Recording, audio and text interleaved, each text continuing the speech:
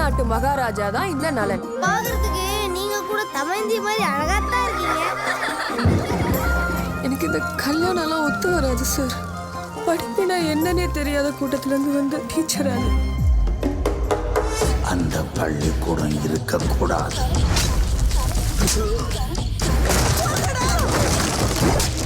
நான் இனிமேல் இந்த பள்ளிக்கூடத்துக்கு வரவே